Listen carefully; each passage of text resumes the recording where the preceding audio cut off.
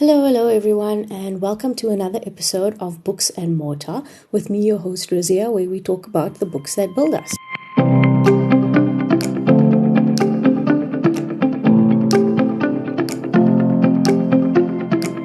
So, before we get into the topic of this episode, there's a quote about reading by Alberto Manguel that I'd actually like to share with you. Maybe this is why we read, and why in moments of darkness we return to books to find words for what we already know. This is something that is actually so special to me about reading, that someone out there who on the surface actually shares nothing in common with you can articulate so succinctly feelings that you've had but you've actually been unable to express. So it's a type of connection for me. It's a form of like validation, and it even fosters a sense of belonging, I think, to know that you're not alone. So this episode focuses on the Wooster and Jeeves novels by P.G. Wodehouse. There's a lot of people who actually haven't heard of them, but they are just some of my favorite stories of all times. So if you read regularly, you might find yourself gravitating back to certain books when you're not sure what to read next, or when you just feel like reading something you know that you'll enjoy and will put you in a good mood. So in other words, a comfort read. And my comfort reads are the Wooster and Jeeves novels by P.G. Wodehouse. I can't tell you how many times I've actually read each of them, only that I have about 14 books and a volume of audiobooks read by Stephen Fry, who is just fantastic. And he's actually been fortunate enough to play Jeeves in the TV series starring alongside Hugh Laurie, who plays an amazing Bertie Wooster. And you can find all of these full-length episodes on YouTube, actually. There were about 3 or 4 seasons, I think. And there's also other versions of the audiobook that's read by Martin Jarvis, who honestly, in my opinion, is Stephen Fry's equal in every possible way. And there's been a series of radio dramatizations on the BBC, and I even watched a theatre show of Wooster and Jeeves in Cape Town, which I think was just hands down the best production that I've ever seen. There was one guy who played Bertie Wooster, and there was another guy who then played Jeeves and all the rest of the characters as well. It was just amazing. So you really get the sense that these books are well loved. They're, put on their stage, they were put on TV, they're audiobooks, and they're written books as well. So P.G. Wodehouse has also written other series like Blanding's Castle and The Adventures of Smith with the silent P. But it's definitely the Wooster and Jeeves novels that have just captured the hearts of people so much more than others. So to just give you an idea of what the books are about, Bertram or Bertie Wooster is the main character of these stories, along with his valet Reginald Jeeves, right? So Jeeves is a valet, he's not a butler.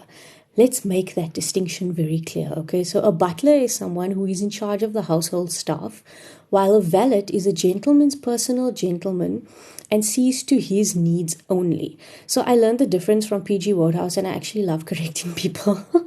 I mean, that's why we read, right? To lord our superior vocabulary over others. The books are set in the 1920s, where the English nobility are summering in the countryside or spending several months on the French Riviera, lunching at their respective clubs, taking in the latest show, and generally just gallivanting about town with no responsibilities and no financial worries either. They're looked after by maids, butlers, cooks, and valets who see to their meals, run their baths, lay out their clothes, and keep their houses clean. So Stephen Fry says in the foreword of the audiobook series that I have that none of us could actually fathom such an existence, but I don't think that's true. I could totally fathom that kind of existence, and it sounds like a dream. So the sun is always shining in Bertie's world, and he's always found with a smile on his face, provided that he has had his morning rejuvenations before you see him. And I relate to him completely in this regard. We also both hate early visitors, like before 11 a.m. I mean, what kind of hour is that to be receiving guests? He's also horrified when the ship docks at New York at some obscene hour of the morning, which is to say 6 a.m. So, Bertie is one of the most charmingly innocent, I think, and naive Englishmen that I've ever met in books. He is about 23 or 24 years old. His age isn't specifically stated. He's also an old Etonian, and he studied at Oxford. I have no idea what he studied, but he definitely doesn't work. He's sweet, he never gets angry, and he always tries to make everyone happy, which is actually his biggest downfall, especially people he went to school with. And this is how he describes himself in one of the books. If there's one thing I like, it's a quiet life. I'm not one of those fellows who get all restless and depressed if things aren't happening to them all the time. You can't make it too placid for me. Give me regular meals, a good show with decent music every now and then, and one or two pals to totter around with, and I ask no more. His biggest achievements of his life is winning the Scripture Knowledge Award when he was at school, and also contributing a piece called What the Well-Dressed Man is Wearing to his Aunt Dahlia's periodical called Milady's Boudoir, and he references these achievements like frequently. So Jeeves describes him as a most pleasant and amiable gentleman, but mentally somewhat negligible. And this is how he keeps getting himself into trouble, and Jeeves has to find ways to extricate him. So Bertie quotes poets and authors. So he does seem to be intelligent in his own way, even if he doesn't quote them very well. But I think his vocabulary is actually quite impressive. But at the same time, I think that he learned a lot from it from Jeeves. The language that Bertie favors is apparently pre-World War I English. And he uses phrases like what ho and pip pip. He's very creative with his English. And he won't say, walk, because that's boring. Instead, he'd say toddle, leg it, or make tracks. So he also abbreviates some of his phrases, like my H was not L, meaning my heart was not light, or Jeeves brought over the old eggs and B, referring to eggs and bacon, which I just love. It's something that I've never read something like that before, and I thought it was just such a creative way to do things. It's quite unique. So there's a piece from My Man Jeeves, which is a collection of short stories where Bertie is introduced to a fellow named Motty, right? And to give you an idea of how they speak to each other, this is how their introduction goes. What ho, I said. What ho, said Motty. What ho, what ho. What ho, what ho, what ho. After that, it seemed rather difficult to go on with the conversation. And that's like pretty much it. So I don't know if it takes a specific sense of humor to enjoy things like this, but I generally like British humor. So I think that's also why I enjoy these books so much. So Bertie's friends and family are well aware that Jeeves is the brains of the outfit here, much to Bertie's annoyance sometimes. And the schemes that Jeeves comes up with are actually pretty simple. Like, for example, asking a friend's uncle for a favor after he's eaten, because then he's more likely to be in a good mood. Or when he suggested to one of Bertie's friends, Bingo, to read his ailing uncle famous stories of gentlemen who fall in love with working-class women to make him more amenable to the idea that Bingo wanted to marry a working-class woman. So it's quite simple and straightforward, right? Other schemes of Jeeves's, though, are actually quite clever, and they're not as simplistic. But generally speaking, you really have to just take these books at face value. There are no layers to them. There are no hidden meanings. They are what they are. And what they are is little rays of literary sunshine to brighten even the dreariest of days. Bertie and Jeeves are very different characters. And you get the feeling that Jeeves actually has to sometimes stop himself from rolling his eyes at the situations that Bertie gets himself into. But luckily, Jeeves is always there to help him. Unless he wants something from Bertie. So generally, Jeeves usually expresses disapproval over some change that Bertie has made to his appearance or his dress. Jeeves is very traditional in that sense when it comes to dress and image, while Bertie is actually more willing to take a fashion risk, right? So, for example, Bertie's mauve socks, or a white mess jacket that he bought in France and now dares to wear in England, silk dinner shirts, or the unthinkable time he grew a moustache. So the only leverage Jeeves has, I suppose, is to then refuse to help Bertie with his many predicaments, because I'm sure it's not really in his job description. But as Bertie says, if you give them a what's its name, they take a thingamy. So Bertie tries to hold his own, and he tries to stay strong against Jeeves's disapproval. But sometimes his need for help is so overwhelming, or his gratitude is so much, that he actually always just ends up giving in to Jeeves, right? So to give you an example about the issue of the moustache, this was in a short story called Jeeves and the Hard-Boiled Egg. So Bertie says, you see, I had decided, rightly or wrongly, to grow a moustache, and this had cut Jeeves to the quick. He couldn't stick the thing at any price, and I had been living ever since in the atmosphere of bally disapproval till I was getting jolly well fed up with it. What I mean is, while there's no doubt that in certain matters of dress, Jeeves's judgment is absolutely sound and should be followed, it seemed to me that it was getting a bit too thick if he was going to edit my face as well as my costume. No one can call me an unreasonable chappie, and many is the time I've given in like a lamb when Jeeves has voted against one of my pet suits or ties. But when it comes to a valet staking out a claim on your upper lip, you've simply got to have a bit of the old bulldog pluck and defy the blighter. So this paragraph, the first time I read it, it really made me laugh. Staking out a claim on your upper lip. So Jeeves, while he is one of the main characters, he mainly observes from the sidelines, and he'll only venture an opinion if he's asked for it, right? So Bertie always describes him in a very flattering light, and he's always the consultant of choice for Bertie and his friends when they find themselves in some difficulty or the other. And they attribute his intelligence to all of the fish he eats, right? Because fish is good for your brain. So Jeeves can also be a bit manipulative, and he's very good at it because he knows Bertie really well. It's all about the psychology of the individual, and he's able to twist poor Bertie around his little finger, and his schemes are actually sometimes quite ingenious. Jeeves also has his dry sense of humor. So giving you an example here from the inimitable Jeeves, Bertie asks, "How does he look, Jeeves?" "Sir? What does Mr. Bassington look like? It is hardly my place, sir, to criticize the facial peculiarities of your friends." And then he goes on to speak about this Bassington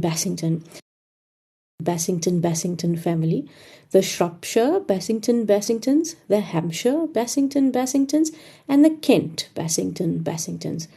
England seems pretty well stocked up with Bassingtons. Tolerably so, sir.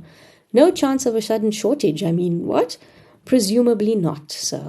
And what sort of specimen is this one? I could not say, sir, on such short acquaintance. Will you give me a sporting 2-1, Jeeves, judging from what you have seen of him, that this chappie is not a blighter or an excrescence? No, sir, I should not care to venture such liberal odds. So just examples of, the conversations between them and the type of English that P.G. Wodehouse uses. It's just so different compared to anything else that I've ever read. Even other like historical books that are set sort of in a similar time, it's just never been like this. So in addition to Jeeves and Bertie, there's also a cast of other characters who pop up in most of the books, the most popular of whom are Bertie's two aunts. So one of them is Aunt Agatha, who he says eats broken bottles and is strongly suspected of turning into a werewolf at the time of the full moon. And then the other one is his Aunt Dahlia, who is a sound old bird who rode for the corn or pitchley, which are fox hunts. And if she ever turned into a werewolf, it would be one of those jolly breezy werewolves whom it is a pleasure to know. So although Aunt Dahlia does actually get Bertie into a scrap or two, I think she's asked him to steal the same piece of silver at least on 2 separate occasions. He's infinitely fonder of her than he is of his Aunt Agatha. So his Aunt Agatha keeps trying to marry him off, and she keeps getting him engaged to various females, saying that he needs to settle down and have children, much to Bertie's terror, because Bertie is an affirmed bachelor. Then there are his old school friends. You have Augustus or Gussie Finknottle, the newt lover, and Richard or Bingo Little, the Romeo, who along with Bertie are members of the Drones Club, where they spend a lot of their time. So there are a few others that also pop up once or twice, like Augustus or Tuppy Glossop, Bertie's twin cousins Eustace and Claude, Stinker Pinker and Stilton Cheesewright. So you can see that all of Bertie's friends have nicknames, which I love.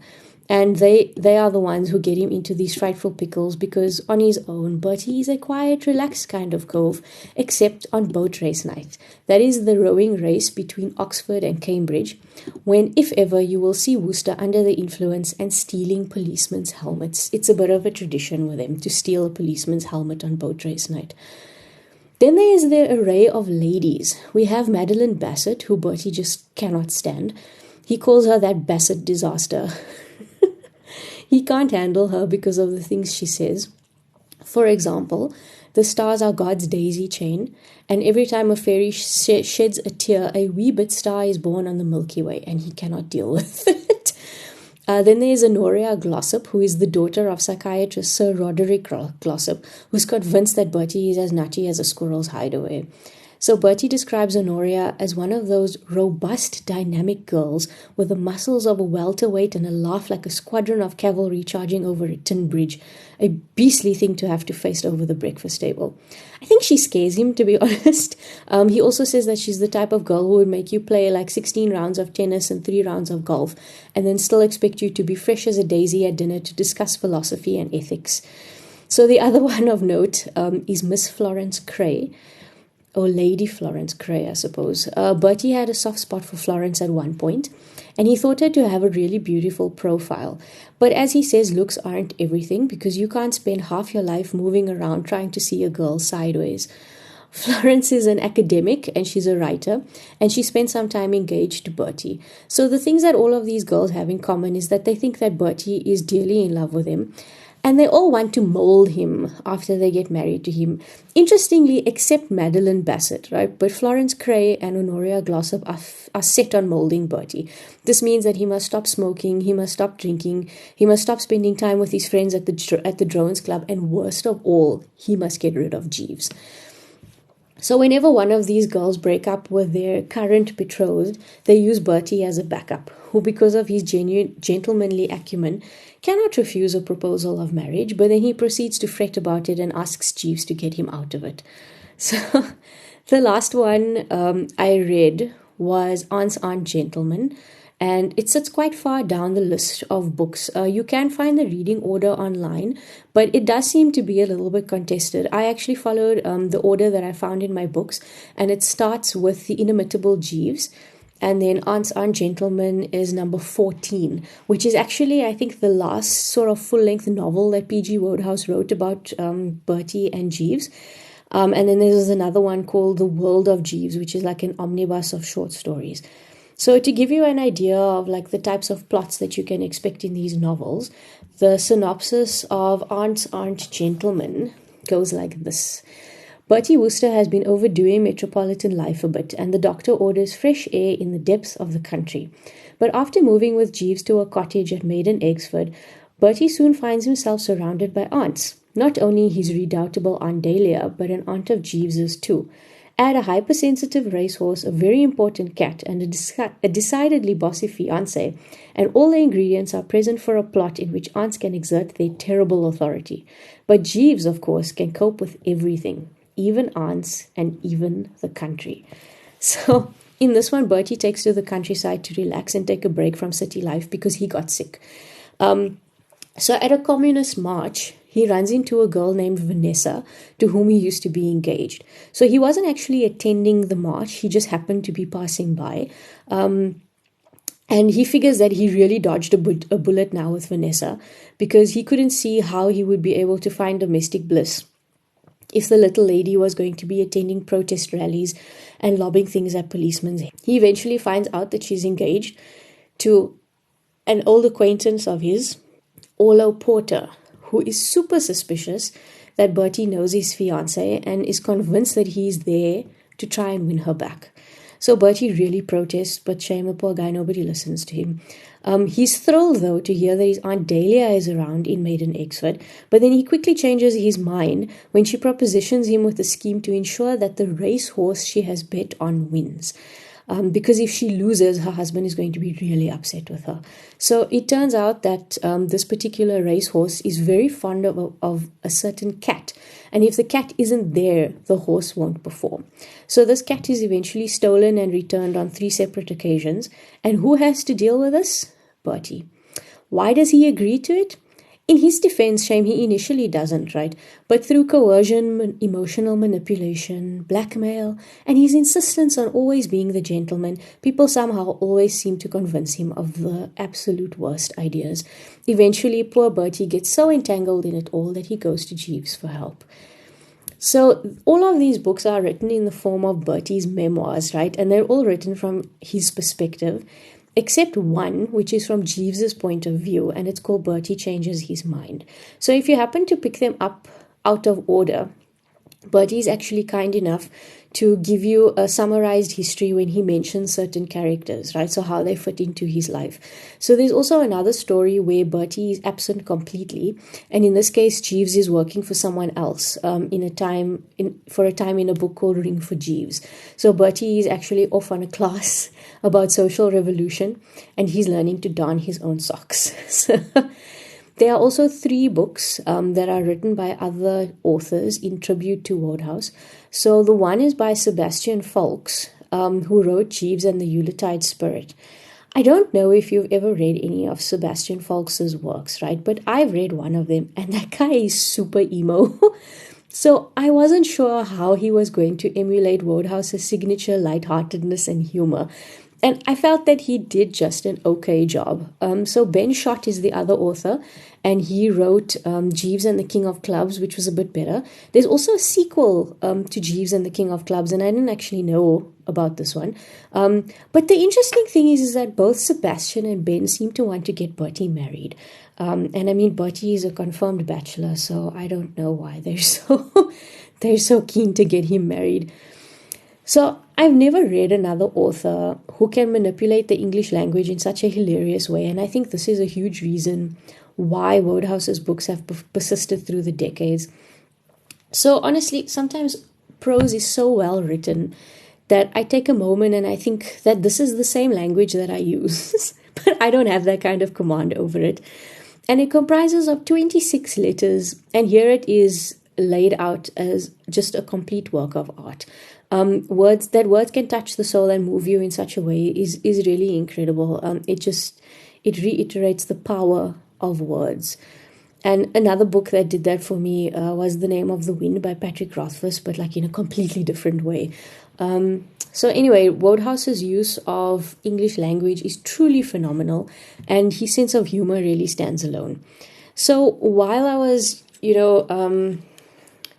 thinking about this particular episode and about P.G. Wodehouse, there's something interesting in that there's recently been a move by publishers to remove some words from the Wodehouse books that they deem modern readers may find offensive.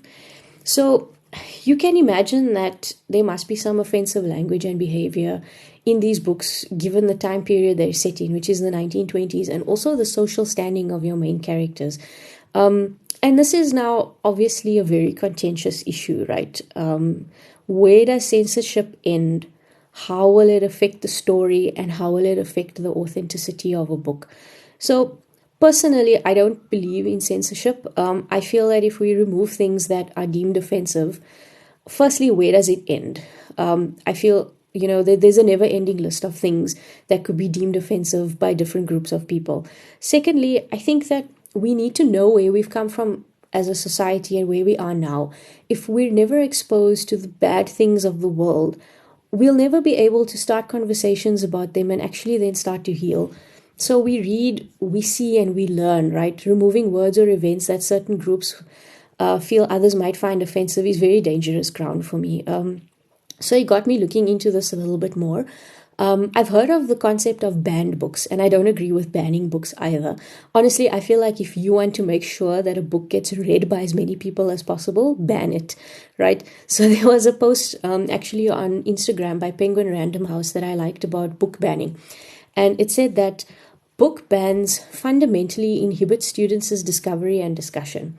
When we censor authors, we assert that only those views which we wholeheartedly agree with deserve to be heard and considered. Moreover, we abolish opportunities for critical thinking and relinquish our right to challenge current conceptions. It's like the Google algorithm, right? It will only show you articles that express viewpoints you already agree with. If you haven't watched this documentary called The Social Dilemma, you should really watch it. It's absolutely terrifying. And it tells you how the algorithms of the social media platforms work and how the algorithm of Google works. That it will only show you articles that hold viewpoints with which you already agree. And that is just completely messed up because there's no challenge to your brain or to your critical thinking, which is why books and stories are so important. And then there's a list of the 15 most banned books that Penguin released as well. So this was quite interesting, right? So the first one is Beloved by Toni Morrison. I've read that one. The Handmaid's Tale by Margaret Atwood, which I've also read. Song of Solomon by Toni Morrison, which I've read. Ulysses by James Joyce, haven't read that one. As I Lay Dying by William Faulkner. The Bluest Eye by Toni Morrison. I've read that book several times. I really, really loved that book. Forever by Judy Blume. Mouse by Art Spiegelman. 13 Reasons Why by Jay Asher. I Am Jazz by Jessica Herthel. The Name Jar by Young Suk Choi. Me and Earl and the Dying Girl by Jessie Andrews. So that's a list of the 15 most banned books. And this is usually the US. So the USA still has lists of banned books, but as far as I know, South Africa doesn't have a list of banned books. And when I say banned, I mean banned by the government and not banned by individual institutions, right? Because you get schools that will ban certain books from their library and say that they don't want the kids to access it on the school premises. So although I'm familiar with banned books, rewritten books is a new concept for me. So there are actually books that have been rewritten, right, with the permission of the owner of the works to make them more accessible to modern readers. And this seems to happen more for children's books. So when I say rewritten, I don't mean in the sense that the entire story has been changed, but I mean like certain words in the books have been altered or removed. So for example, Enid Blyton's Famous Five series. So words have been changed in there, like mother and father have been rewritten to mommy and daddy. Pull over has been changed to jumper. And, while they don't go as far as to give the characters smartphones, they try to make the language more relatable to modern children. But interestingly, this has not shown to actually boost sales of the book. And another one that has been censored or rewritten, actually, I suppose, is Roald Dahl. So in Charlie and the Chocolate Factory, Augustus Gloop is no longer described as enormously fat. He's just enormous. And Mrs. Twit is no longer ugly and beastly. She's just beastly. So personally, I don't think it was necessary to remove these words, and they could have sparked a conversation around people's feelings and having empathy for others, right? It was also interesting because I recently watched The Devil Wears Prada, and Meryl Streep uses the word fat to describe Anne Hathaway. She says, instead, I hired the fat girl. And I was just like, we are then rewriting our books, but we're not editing our movies. So, where does the sensitivity there come from, and where is that offense? So I just feel like if you're going to do it for one medium, then you should do it for all of them. And I mean, really, So other examples were actually based in the classroom. And I suppose that I can understand this one. I imagine that it would be uncomfortable for teachers to stand in front of a class of young children and then read a book aloud that contains offensive language. For example, in the US, the N-word. So a professor apparently went through the laborious task of changing each N-word to the word slave in To Kill a Mockingbird, because he felt that it was a shame that the book would otherwise be removed from the curriculum because the teacher wouldn't be comfortable saying the N-word in front of the class. So I don't belong to this racial group, so I'm not going to really venture an opinion here. To Kill a Mockingbird is, I think, widely acknowledged as one of the greatest works of literature of our time. And it's apparently inspired a lot of people to actually become lawyers and human rights defenders. And I think that it would be a shame to not have more people exposed to that particular work. So this same word is used in one of the Wooster and Jeeves novels, and it was mentioned that the publishers wanted to remove it. So I will say that there's also the use of a derogatory word for Indians in one of the stories, but there's no mention by publishers of removing that word. So not to mention like the horrible ways that women are treated and spoken about in books, which I find offensive and honestly just annoying because that narrative never seems to change. So you see what I'm saying? Offense is subjective. So I would read a book one way and you would read a book another way. And it's very difficult when you start down the slope because you don't know where it's going to end.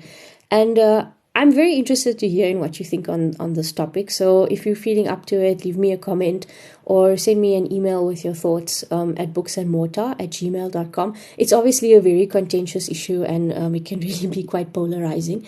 But yeah, it would be interesting to hear your opinion.